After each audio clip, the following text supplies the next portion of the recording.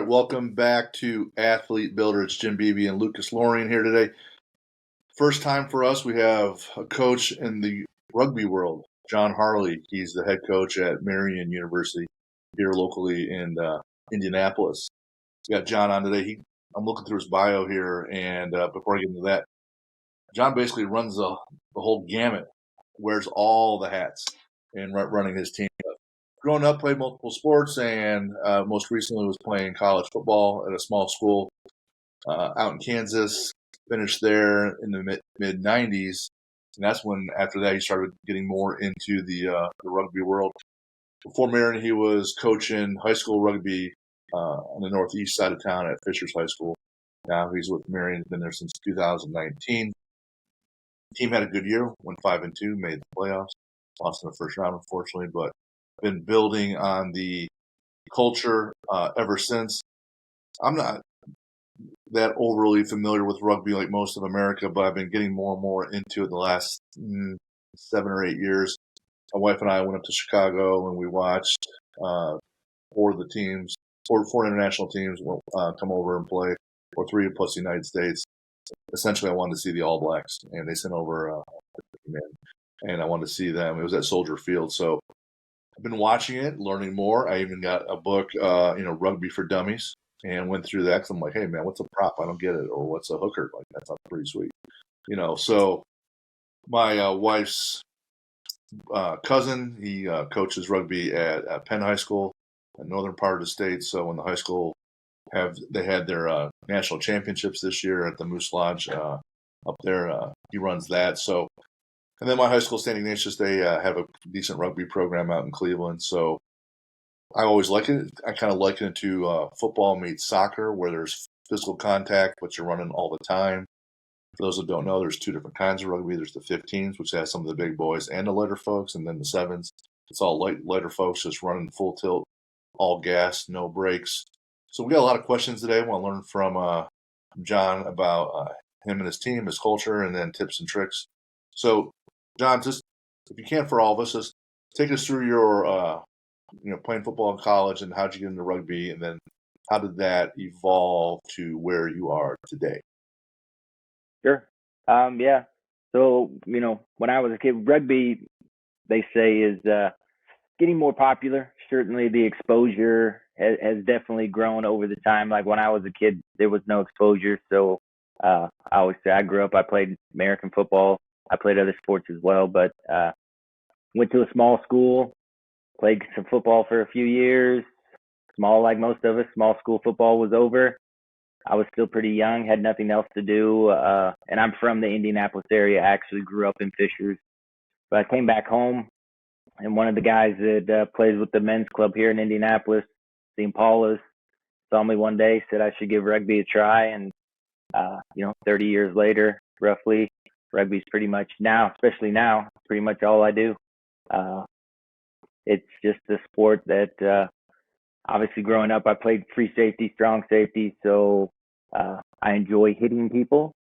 I also am pretty competitive, and I have a short attention span, as my wife would say. So rugby fit that mold pretty well. You're always active all the time.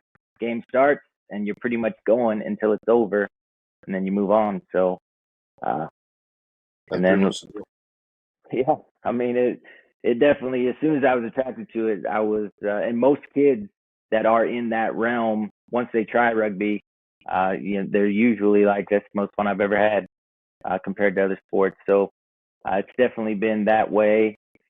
And then, I probably mid-30s, realized playing contact sports for fun probably wasn't such a good idea anymore. Wife, kids.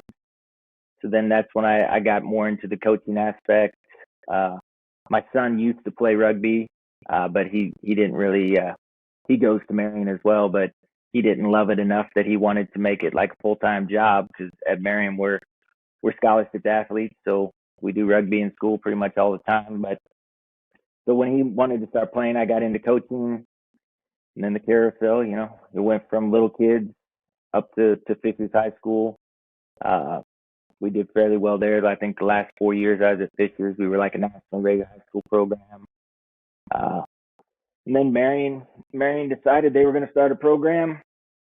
I applied for the job, and here we are now, going Here we are now. into finishing up just like at the end of this spring will be the 4th year that we've had rugby at Marion. So it's still pretty new, but even there, it's been a pretty fast ascent upwards. We started in small D2 college level, but after 1 year, we finished 5th in the nation that year, and they decided we were too competitive for Division II. Our numbers were pretty good, so they moved us up to Division I. So, we presently play highest level you can compete in college rugby here in the U.S. I saw some bigger teams on your schedule, right? Our opponents, Yeah.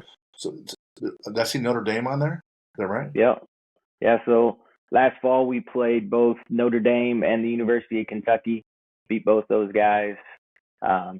So in college rugby, because it's not sanctioned by like the Marion's an NAIA school or the NCAA, it's not really the size of your school that dictates where you play. It's more just if you're able to play at the higher level, then you're certainly able to do it. So Essentially, if you can fortunate in hang, that sense. with the big boys, come on and play, right? Pretty much. Pretty much. I've been to a couple matches. One was at Ball State years ago, and then Bowling Green. I'm from Ohio, so we had Bowling Green has a decent, consistent program year after year. Does Marion have a women's team too yet, or no? We do not. Not yet. Probably. It seems to be like I'm sure they keep evolving and coming. With Marion being a smaller school, it's true and all, but it seems like whenever they pick a new endeavor, they don't just dip their toe in. They want to make sure that if they put on another team or another sport or another division, that it's a smaller school, but they're still trying to win, and you see that pretty consistently in the athletic department there, right? Correct. They've within the first few years of us being on campus, there was a space for us. We have our own dedicated rugby field, which was in rugby senses, all you needed is a green space for 2 poles, and you just go to town. That's how it usually is. But so we had that, but that wasn't good enough. So they hired a company and upgraded the field, added irrigation, drainage, certainly long-term goals for the facility, school board and bleachers, and creating a little rugby stadium. On Marion's campus, there's a big 55-acre wooded area, and the rugby field pretty much sits right in the middle of the woods. Oh, that's awesome! Right? Nice. Yeah, it's definitely unique. If you don't know where the rugby field is, then in spring, summer, fall, you can't even see the field. It's just kind of situated back in the woods. Oh, nice. And the athletes you guys have there, they're not like they're washed up or has-beens. I've seen some of those kids, they had D1 offers to play football or other sports, but they ended up liking, rugby quite a bit. And so you're getting, legit athletes playing in a legit sport. It's not just, hey, can we get enough people to come play or not, right? Right. Yeah, that's awesome. I'm looking at your bio, and I'm like, it says that you're in charge of the training, player and skills, athlete recruitment, game strategy, fundraising, tracking the athletes, make sure they're on campus going to school and all, making sure they're in compliance with all guidelines. That's a lot of hats. You got a little bit of a staff though now, right, to help out a little bit? Yes, so we do have the coaching staff itself. We have 6 coaches that are on staff. 4 of the guys are volunteers, so they coach with me at Fisher's, and then when I went to Marion, they came along. But they do have full-time jobs, so they make as many sessions as they can, like a normal volunteer. But we do have, so there's myself, I'm a full-time employee, and then Coach Stroman, he's also a full-time employee, so he does some strength and conditioning on the side as well. But so he's at most training sessions and pretty much all those things. So you guys are working them out in the weight room, but also on the field too to get to play, right? Yeah, well, in the for weights, we have our own strength and conditioning coach on staff at Marion. So we have a strength and conditioning coach that he works with the rugby team when we're in there, tracks and monitor those guys, and then Coach Stroman does a good job. The bio, that's kind of first on. Coach Stroman does a good job of doing a lot of the practice sessions, doing those things, so he takes some of that load off. Certainly, again, like with the facility, the goal is eventually we'll have other people, but like everything, like the movies say, you got to build it for them to come. So, Yep. Got to do what you got to do in the beginning. I get that. I run a gym. It's only been almost 11 years, but you wear a lot of hats also. And then with Lucas and me starting this podcast, no one sat us down and said, "Hey, here's how all this works." It's Right. until you have more resources, you kind of figure out as you go, and nothing wrong with that. It's still the life of a college athlete, and the point of this show is called Athlete Builder. We're trying to let folks know about what's it like, how we build athletes. Talk about it's not just all fun and games. It's where you go to school, then you have practice, and you lift a little bit and go home, and it's okay. Like there's so much structure and time commitments. You guys are doing fundraising. You guys have to go out there and be present, and there's pictures, and there's the pomp and circumstance. You're shaking hands and kissing babies, but you're also lifting and doing all this stuff. Talk about what a student athlete's life is actually like, because it's way different than high school.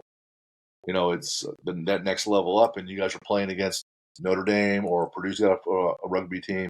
And you're playing against big schools, so it's it's a legit endeavor. So talk about the student lifestyle for athletes a little bit. I think honestly, like athletes in college, most of the guys, they need structure. I mean, young guys at 18, 19, if they're not told where to be and when to be there, then it's a roll of the dice whether they actually do it. So I think it probably helps them way more than, I'm sure once they get out of college, they'll be thankful for that they had, every week we send out the schedule. They know where they need to be, what they're doing. So we try to streamline that so it's pretty obvious. We're lifting weights. Go in and get your job done. Right. We're practicing. Go in and get your job done. And once we get those things done, they certainly have free time to be a kid. But I think structure is something that most 18, 19-year-old guys, without it, man, they'd be wandering around. Yeah, I know I was wandering around looking for people to chase or the next party to go to, so I had to learn a lot of things the wrong way. Right. Well, with athletes, you got study tables, you got to be at these Yep. things, and there's drug testing, you got to be here for that, so, and then everyone's eating at the same time so they can, be an athlete. You got to get enough food in, so it's constant work all the time.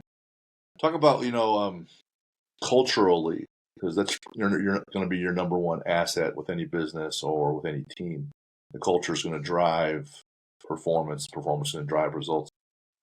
Some things that you guys try to instill culturally with your team, or some mantras that you guys are you guys push in prior years, and then also in 2024. Sure, it was. It's structure, or the culture is definitely something we work on. It is a work in progress. I don't know. I guess maybe Belichick has it, or Sabian, they got their culture real dialed in. But for the first couple of years, most high school, pretty much all high school teams are clubs. So a lot of kids are used to clubs. They meet once or twice a week. They go out. They basically, most high school teams, because they meet so little, it's just kind of pass it to the most athletic kid, see what he can do. Pass it to the next athletic kid. So there's not a lot of structure, skills, things that are very important to rugby, more than just being big and athletic. So when we first started, kids were used to that, like, we'll just show up and play some rugby and have some fun. But as we've definitely progressed, we had a recruiting call the other day where we have some of the existing players that join in on them. He made the mention, like, if you go back and watch our first teams compared to this team, they've definitely gotten better. The structure or the culture is, extra is always good. So yeah, we practice, but when we're done practicing, we're looking for kids to do extra. whether it's kicking, different skills, passing catches, hugely important in rugby. So the better you can be at it, the better the program will be. So it's definitely been slowly but surely, but each year kids pick it up. Each year kids get more competitive. We've been pretty, like you said, we have been pretty lucky. Most of the kids that show up on our team are athletic. So it's just getting the mindset of doing extra is okay. There's a couple things, in Urban Meyer's book, Above the Line, he always says everything you do plus two. So extra reps or means go above and beyond wherever the task is. I like, if you're in the rugby, James Kerr's book Legacy, which follows the All Blacks, and he simply says in there, champions do more. And everyone's doing the baseline, and the baseline, if that's what everyone's doing, and you're beating everybody with just doing the minimum's great, but that almost never ever happens, right? So yeah, champions definitely do more, whether it's in the weight room or they do more at improving their sleep habits or do more at improving their nutrition. From a fan's perspective, some of those teams that we follow, whether they're pros or college or whatever, it looks like it's a bunch of athletic guys playing a hard sport that like to, drink a lot of beer once the sport's over. Depending on which club you're at, and you probably speak, the minor leagues with the Impalas or the other local, men's groups afterwards. It looks like it's a lot of fun afterwards too. But that's right. Depends on which culture you're trying to, championship level or not quite as much. Is that more pervasive in the sport or less pervasive, or what's your experience there? Both. Like you said, when I was with the Impalas, that was pretty much, you go out like a club. You play. We have some competitive guys, but you play the match, and then you go out and have a good time. Be a kid.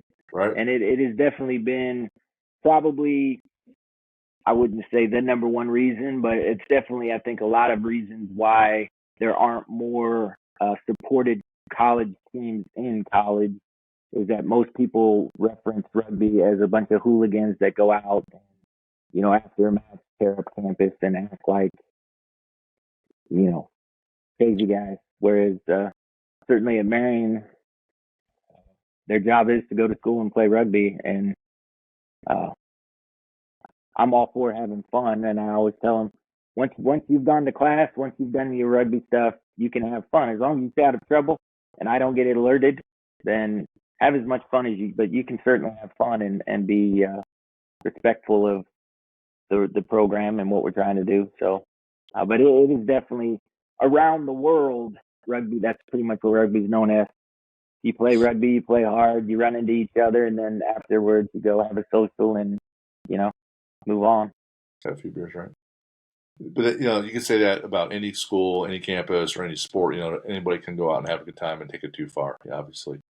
Sure. I was going to ask that question. With when you're watching, I was at a question. Have you been to any international matches or anything like that? The reason I asked is because I love the All Blacks Haka at the beginning, but other Tonga has their own. I think it's Zippy Tau, I think is what it's called. They do their own chant beforehand, and so all those Polynesian countries will have their own chants they do beforehand. Do you know the history of any of those behind that, or why some do and some don't? Because a lot of times when the All Blacks are performing Haka, the other team is just standing there taking it and looking at them. Yeah. What the hell's that all about? Someone's screaming at me, and I got to sit there and just not respond. I don't get that. But how come they do and others don't? Can you just educate me a little bit on the international whys and what fors? Most of the island countries, Tonga, Samoa, New Zealand, that was basically back, way before, back when they would have battles, before they would actually have a battle with another country. That was their battle cry. They would perform a Haka, and that's what they would do. And once they got into rugby, like especially New Zealand, that's the number one sport they play is rugby.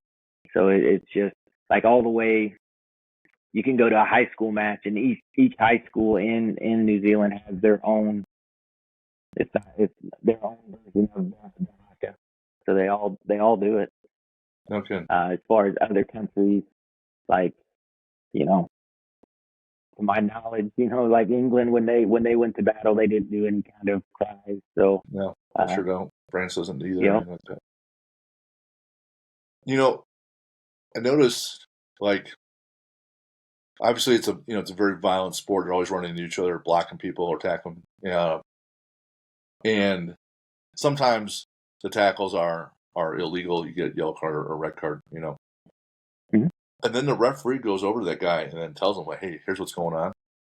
And these guys are like these monsters, and they just sit there and they're simply told, to be gentlemen on the pitch on the field as they're smashing into people, and they just sit there and that's part of the deal, isn't it? That there are Yep. these warriors out there, what are required to act. Essentially, I don't know how to better phrase it, but there has to be a gentleman component in how Mhm. they conduct their behavior, right? Yep. So like the big saying with rugby is it's a hooligan sport played by gentlemen. So like you said, as far as speaking to the referee, the only person who's supposed to speak to the referee is the captain. You know, if the referee tells you did something wrong and you talk or do anything too much, then he can increase the penalty. You can get tossed off the field for if you're being too belligerent to the referee. So it's basically, he tells you there's one guy, like especially for our matches, international matches, there's a main ref and then two touch judges, which they're connected through um, mics and stuff, so they can talk back and forth. But like our matches, there's just one guy on the field with 30 guys, and it's his job to make sure everything's going smooth and everyone respects his calls, and it is what it is. That's Take the it and deal. move on. Dang. The it's you have some specialty, especially with the 15s. The nine big guys up front. Except I think the hooker's smaller than number two, and then the next six are smaller folks that are faster. Those halfbacks and the flies. With football, it's 4, maybe 6 seconds of hard work, and the play's kind of over, and you have some time to Mm-hmm. recover. But with you guys, you need to have these guys. They're thick, big men running into each other, so they're running the whole game, the whole match, like soccer players are. But they still have to be the size to be able to knock people around, like D linemen, linebackers, etc. How do you? Because I haven't really had to train too many. I usually train people to be fast and powerful and explosive, or they're endurance athletes like soccer players, runners that need some strength and conditioning for that. But you guys need these guys to be big and thick while they're running, burning thousands of calories. What are some of the things you guys do differently to build that kind of athlete? So for like, especially going into this spring, the first time that we've again, as the program gets bigger, we just got GPS units, so we'll be able to track that they'll wear these GPS units during training and then matches.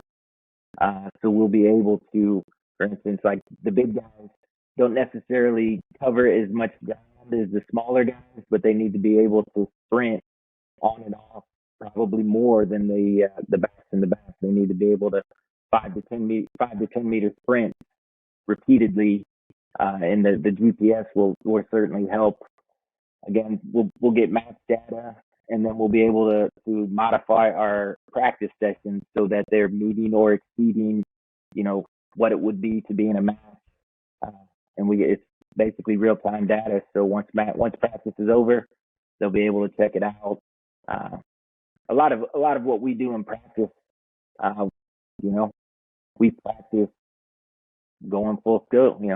Right. Best way to get ready for a match is practice hard. So that's what we tend to do right now. Your normal wind sprints and things like that, but a lot of it is just constant work over time. eventually builds it up.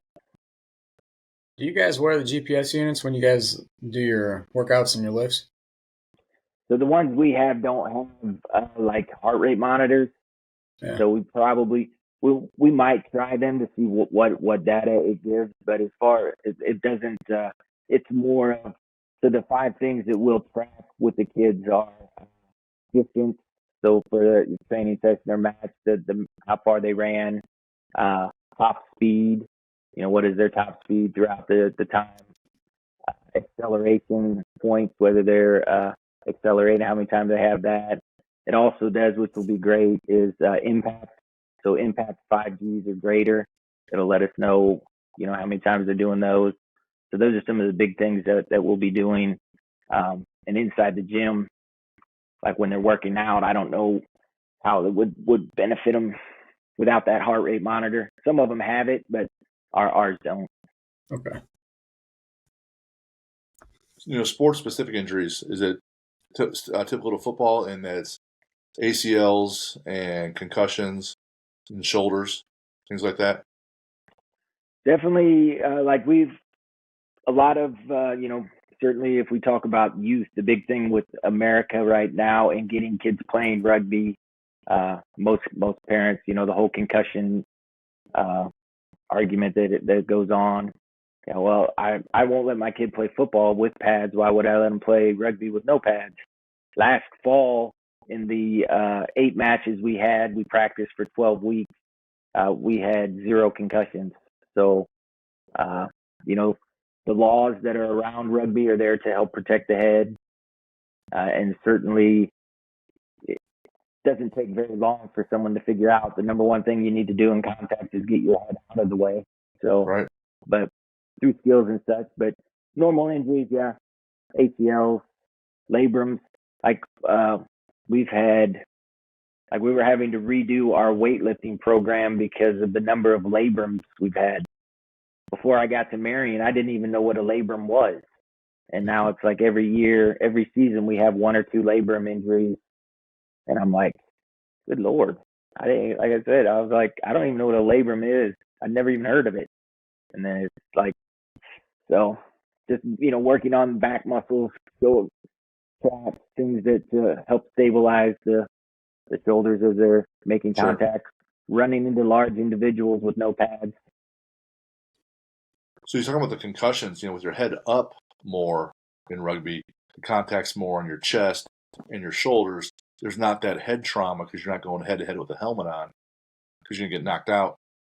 So that takes away that limits the concussions. As for the labrums, you're still having contact there. You can't avoid that. So big shoulders, big back, a lot of work for your neck too, so that when you do land on the ground, you can hold your head where you want it. So it helps with the whiplash and the concussions that way. So you got to constantly build that posterior. And of course, you have stronger hamstrings, core, and glutes. It's going to help with the ACLs as well. So what we always preach to our athletes, one of the phrases is strong back equals strong everything. It's not necessarily all 100% true, but get your whole backside super strong. You at least have a better shot of being protected. How about our guys, Clay Peters, Joe Romero, Joey Jacobs? I want to make sure I ask you about them because they came out of my gym, and a few others. I think Jesus is down there now, and for a while that club team out of Avon would train with us. And so how are those guys doing? Are they making an impact? Are they on the team? Are they doing all right? Oh, yeah. Not arrested, are they? Yeah, Clay actually, so he's a junior this year. He actually just a couple weeks ago, so the governing body that governs rugby, they put out like the top 100 D1 rugby players, and Clay, he plays center for us. He was, he got slotted as one of the top 100 D1 rugby players in the country. So he's awesome. Certainly doing well. He went down for the past 3 years. I've helped coach a collegiate all-star team that it's basically broken up. The U.S. is broken up into regions, 8 different regions. We went down to Austin, and our team were known as the Great Lakes. We actually won the All-Stars and the Rising Stars, which are some younger kids. So we won both divisions, which is the first time that's happened. Clay was on that team. So yeah, he's doing really well. Joseph, he's hanging in there. He starts at prop for us. He's doing well. Like we said, some of the mantra of doing extras. It's hard to get some kids. Joe does what he's supposed to do. Mm-hmm. I don't know how much extra stuff he does, but he Gotcha. definitely he does what he's supposed to do. I mean, he shows up to practice hard, works out hard. Yep. So yeah, he's doing well. Joey came in 2 years ago. So his freshman year, he played some as a freshman on the varsity team.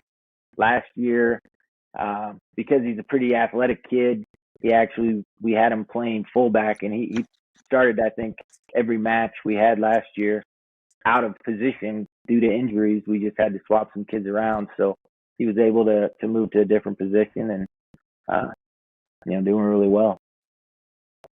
You talk about, for athlete builder itself, we try to build athletes, mentally and physically. And so I always look for, tips and tricks and questions I can ask the coaches, talk about the mindset to perform in their sport of rugby. Then also talk about the mindset to prepare to perform.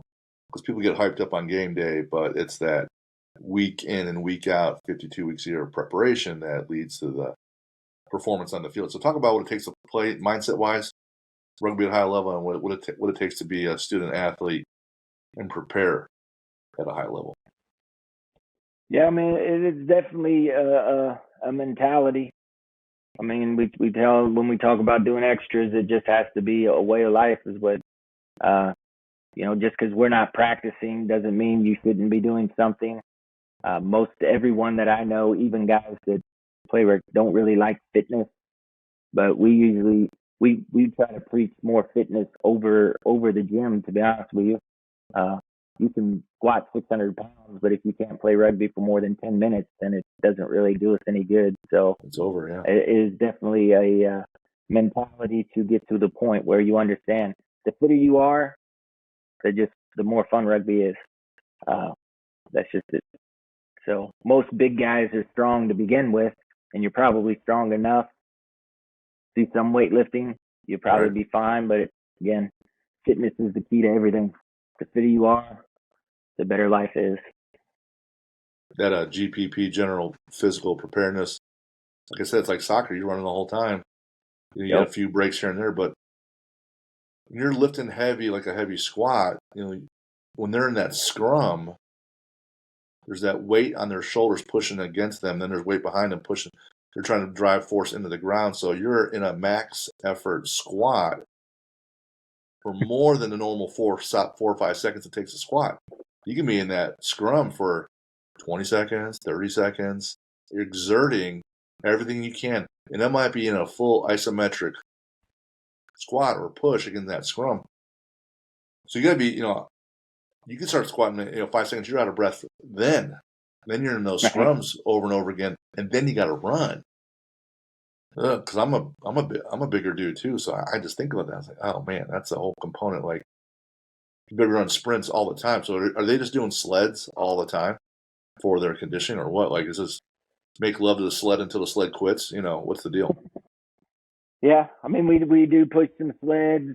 Again, for like the forwards, they're more what their fitness is more of a maybe they'll run 20-meter sprints where the backs might be running 60-meter sprints. Sure. So they're down and back in the back. So we try to give them a little bit different because again, it's not necessarily they only need short bursts of gas, and then they'll give it to someone else and they go and finish. But it is definitely probably, like I said, most kids don't like fitness. Most people don't like fitness, but once they figure it out, it is a game changer. It's probably the difference between being an elite program and a pretty good one is your best athletes can last 80 minutes. Most forwards though, the max last 80 minutes, they might play 60. So we try to, front row props and hookers. The goal is to have 2 solid front rows that, your first group goes for maybe a little more, and then the second group comes in and finishes. Gotcha. It's a whole different dynamic and a whole different component of the sports because you have multiple people coming in, but for long chunks of time. The the team component. Talk a little bit about how they have to be in sync. It's almost like synchronized swimming in the Olympics because all the passes are backwards, and so when that ball's coming backwards, one after another, they all they could be 4 passes down the line, and it all has to run together, or ball turns over, or they don't advance. Talk about how you guys have to build that team camaraderie and efficiency and execution. Yeah, and that's probably number 2 of what kids mostly don't like doing is doing drills over and over and over. But the more the best way to build the timing and the things you need to do is running through it as as hard as you're going to do in a match repeatedly, so that when you take 3 steps and you go to make the pass, he'll be there. He'll take 3 steps, he'll make the pass. That guy will be there, and it's just repeated. Repeating the same drills, same skills. When we're in practice and we'll get into like match type stuff, we kind of try to emulate, or the defense that's going against the offense will say, this is what we need from you, so that they're seeing the same thing over again.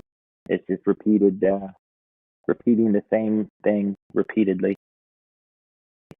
It's easy because I'm 49. I could say, hey, do these things, and here's why. Because I'm hopefully matured in half a century, and we're asking these 20-year-olds to think the same way. But just in the couple of things that you pointed out, being in shape and doing the part that sucks, doing the things that suck over and over again, gives you an edge and a chance to win.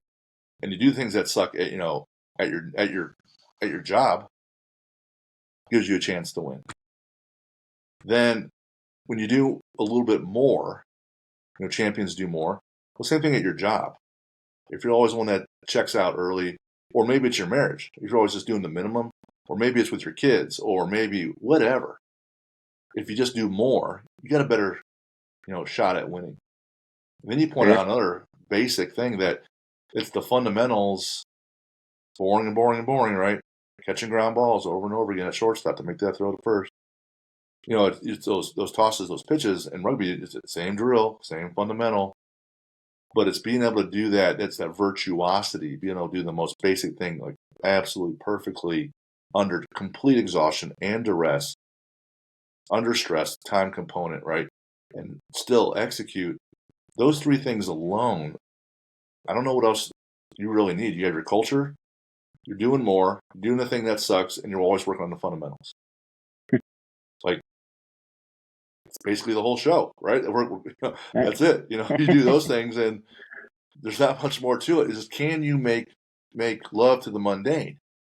Can you find joy in, hey, I'm going to suffer and I'm going to do this because this is my calling. I'm going to be good at this, and no one else wants to do it. I'm going to learn to love it. And next thing you know, you're on top because you're just doing those things that win.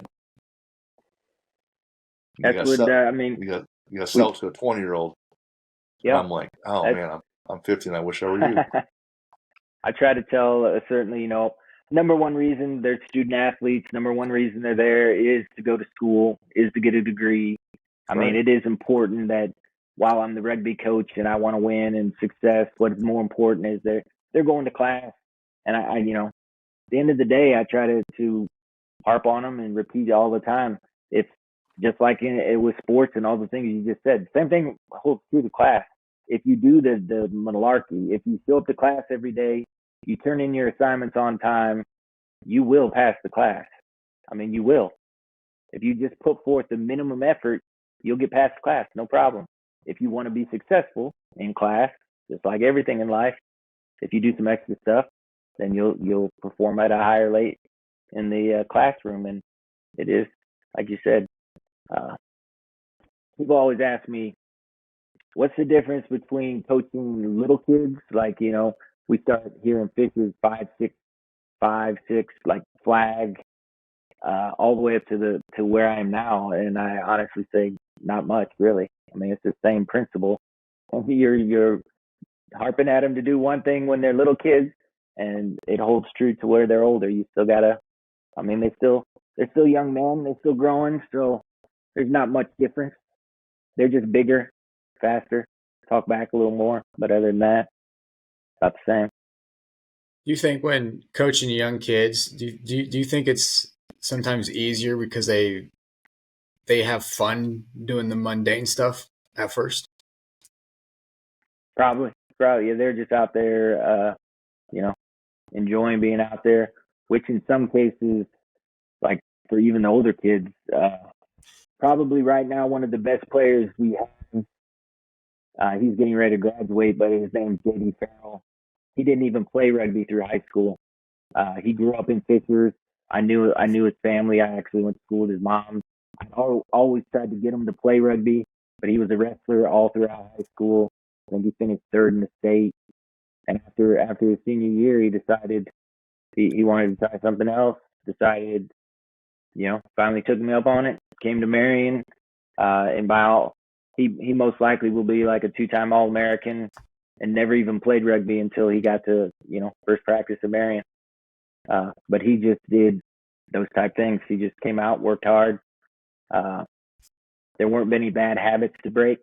He wasn't sure what to do. We told him what to do. He did it, and here we go. Just like that. He never played. Now he's a two-time All-American. Yep. How does that happen? Right? And head mentality. Down. Yeah. Head down, move forward, constantly grind, pushing, being relentless. Yep. Yeah. I'm sure he was a great tackler. He is an amazing tackler. He has a great, probably the two things that if you want to be successful at rugby, obviously tackling and work rate. He always moves towards the ball. And in most cases, if you're moving towards the ball on offense or defense, I would say 75 to 80% of the time, you're going to be in the right spot when you need to be there, Yeah. Probably most Americans, they all grow up playing football. Like we said, 4 seconds, they got to work. So a lot of American kids, they'll do what they're supposed to do in their section of rugby, and then they think they can take like a 4-second break to then reset and do the next one. But rugby's pretty much once one job's over, there's immediately another one you should be doing, and another one, and another, and they just keep repeating. So he didn't really grow up playing football. He was a wrestler. He went out, did what he was supposed to do, and I said he's a bit of a freak. Well, I'm sure the mindset of a wrestler and the skills of wrestling probably translate pretty well into rugby. I mean, 100%. It's breaking the football habit. Like in rugby, it doesn't matter how far you go, just as long as the team keeps the ball. So you can be moving backwards for several phases, keeping the ball, and then suddenly you take off. Where most American kids who grew up playing football think they got to get that extra meter, extra 2, 3, 4, 5, and then they end up falling in a bad position for us to retain the ball. The other team gets the ball, and all that hard work was for nothing. So that's a big habit you have to break with football kids. Is it doesn't matter if you get 2 extra meters if we don't get the ball. That point about the correlation with the wrestlers. We've had a few in our gym, and I like them because they are a little wackadoodle. They're a little nuts. They're having their face smashed into the mat all the time, and they'll do these sessions, whether it's one-on-one, and it's all cardio and strength and power all at once, and then you get a little break and you go again. Sometimes for their mental toughness sessions, they'll be 10 minutes straight grappling. I saw Ohio State and Penn State did 30 minutes just as a mental toughness session. So when they've been in my gym and we're doing weaves with sleds for conditioning, they're hopping up and down. They can't wait.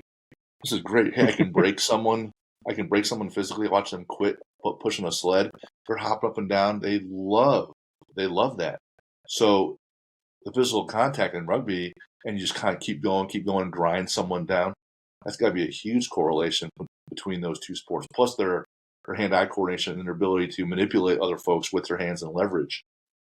That's going to be huge as well. It's not just tackling; it's the leveraging, getting people out of the way. And then when they're in the scrum, same deal. Maybe you guys For should sure. just recruit soccer or wrestlers. Yep, it's definitely like defensively. They again, JD would be most of the guys that have wrestled defensively. The whole grappling, it's one on one. The ability to make your one on one moves. Same in rugby. It's not no one's blocking for the guy carrying the ball, so it's you. It's one on one. Probably the only sometimes the hard part for transition to someone that just wrestled was their ability. Their ability to catch, their ability to do things with the ball. We have a big kid. His name's Alex Hernandez. He went to Warren Central, was a football wrestler there. He actually came to Marion to play football, and then he played like that. The season that COVID hit, he tried rugby. He got to play one rugby match before COVID hit in high school, and he came to Marion. And there's 150 kids on the football team, so he wasn't really playing. Asked if he could play rugby, and his big work on was he's 6'2.5", almost 6'3", 260 pounds.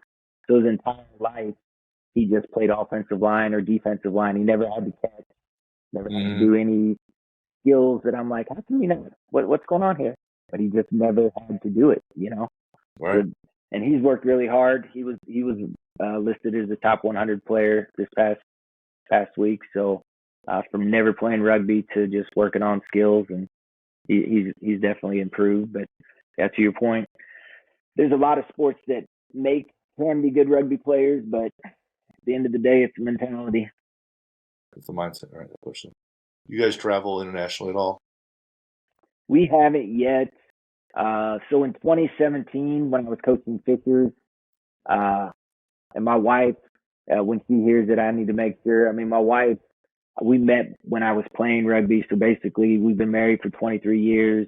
The whole time has been in and around rugby. So she's highly supportive of rugby. So in 2017, she basically spearheaded us taking the Fishers High School team to Ireland for spring break. We got to go over there, play 3 matches, tour Ireland. When they say rugby's an international sport, unlike any other sport I know of, you can go anywhere in the world, not know anyone, find the rugby club, and you'll have friends. Doesn't matter where you come from, doesn't matter who you are, who you support. Rugby guys just welcome you in, and you're a rugby guy. So it's definitely something we've thought about, but man, it's a lot of work. It's a lot of work. It's a lot of money, but Yeah. that was amazing. Have you guys did Fishers travel up to Penn when they had that? They have a tournament up there, right, at the Moose. Yeah. So Bart Bodorf, I think, runs that, and that's my wife's cousin. So yeah, been around him a few times. He's always talking about it. He played at Ball State. Penn, through our rise at Fishers, Penn was in the end they were they were a big competitor. We competed, I think, the last 2 years at the national tournament. It was out in Kansas City when we did it, so they moved it around from time to time. But I know Bart well. Yeah, good dude. Any other tips or thoughts, for listeners that are thinking about rugby or thinking about playing college sports at a high level? You know what is highly I don't know what high school guys, certainly at the college level, high school kids that are interested in playing college sports, certainly rugby would be number one, but any college sport, I would say there's nothing wrong with reaching out and making, if you're interested in playing rugby at Marion, we recruit all over the world, so I can't find everybody. You know what I mean? It's like, if you're interested, I always you remember Rex Grossman? Played football for the Bears, but he was from Bloomington South, and he always told the story that he wanted to play in the SEC, but no one recruited him. So he took it upon himself to send messages to all the coaches, go visit them. Ended up getting a scholarship to Florida, and then played in the NFL. But I'm like, yeah, it's just doing, again, do you want to be a good or basic, or do you want to be excellent? If you want to be excellent, sometimes you got to do some extra stuff. So if you're interested in playing college sports, reach out. All sports. All sports, and it's not just do the minimum. You have to do more Yeah. to get noticed. I got you guys at your own website, munites.com. There's Marion Knights Rugby on Facebook. Instagram is at MU Knights Rugby. Twitter or X is at Marion U Rugby. YouTube channel MU Knights Rugby. Yep. What do you like to listen to when you train?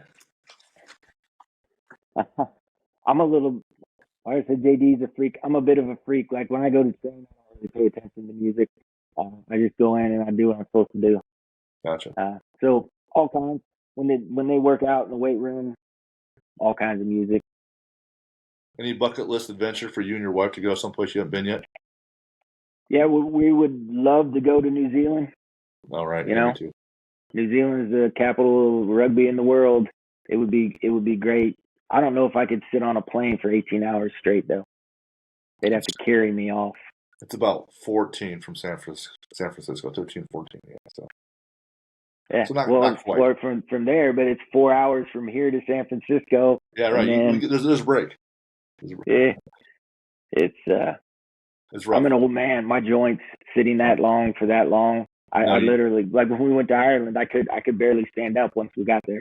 No, you need to be walking around wearing the right socks and compressions and walk around. I remember this one lady. She was doing air squats on the plane to move to keep her blood flowing. Favorite sports movie? Hoosiers. Okay. And then favorite athlete to watch? I like Owen Farrell. He's an England international player. He's their captain, number 10. He's like he's probably compared to Tom Brady here, but for rugby players, everyone hates him. He looks like he's a huge jerk, but everyone that's ever played with him or knows him says he's an amazing individual, and they all love him. But everyone who watches thinks, "Oh, what a jerk!" He's just, he's highly competitive. He doesn't accept anything less than the best, and it is what it is. Favorite book? Legacy. It's a good one. Oh, the one I mentioned, that from James Curry, yeah. Yeah. Yep. Yeah, big fan. Superhero. Favorite superhero? My wife. Is that right? Yeah. She does everything, man. If it wasn't for her, while I'm a full-time, like I tell most people, I'm a full-time coach. Yeah, it's great. But my wife, she does pretty well for herself, so she makes it even easier. She's way more social than I am too, so she does a bit of recruiting, talks to the parents. Yeah, she's a superhero. Make sure you we'll send the YouTube link so she can watch you say that. Favorite villain? My wife. Oh shit! Yeah, man. You're doing so well, buddy. Well, he'd probably enjoy that one too. There's two things I fear in the world, and she would be one of them. Oh, no kidding. Favorite lift in the weight room? I'd probably go with bench press. Okay. If you had $10 million, what would you do? Other than go to New Zealand? I would buy an MLR team or buy into, which is the new Major League Rugby here in the U.S. Okay. Yeah. And then you have a favorite quote or two? Yeah, I like probably one of my favorite, Jocko Willink. He always says, every day is a new day, a new shot at life. That's actually my alarm clock when I wake up in the morning to go work out. So I'd like to live that. Every day is a new day. Yeah, I like alarm clock. Yeah, I like a lot of his. Yeah, maxims. He's pretty good. Yeah, it's pretty good. Decent podcast too, I guess. I've been told. Hey, John, and thanks for taking the time. Thanks for giving us some information, ideas on what it takes to be a college athlete, some ideas on what it takes to excel in the sport, which translates into life or in the job or in relationships. So it's important. And I like to talk to different folks in all different areas so we can hear either some of the same things or something completely different. So anytime we can help people get better, one of our goals, like in Legacy, it's the whole title of the book is Legacy. It's what kind of impact can we leave? And so that's one of the real main things of why we're putting out this podcast. So, hey, thanks for taking the time. Thanks for the help. Absolutely. Love to have you back on, and then definitely come down and watch you guys play and watch those boys play this coming season. So. Yep, it'll be every year we get better.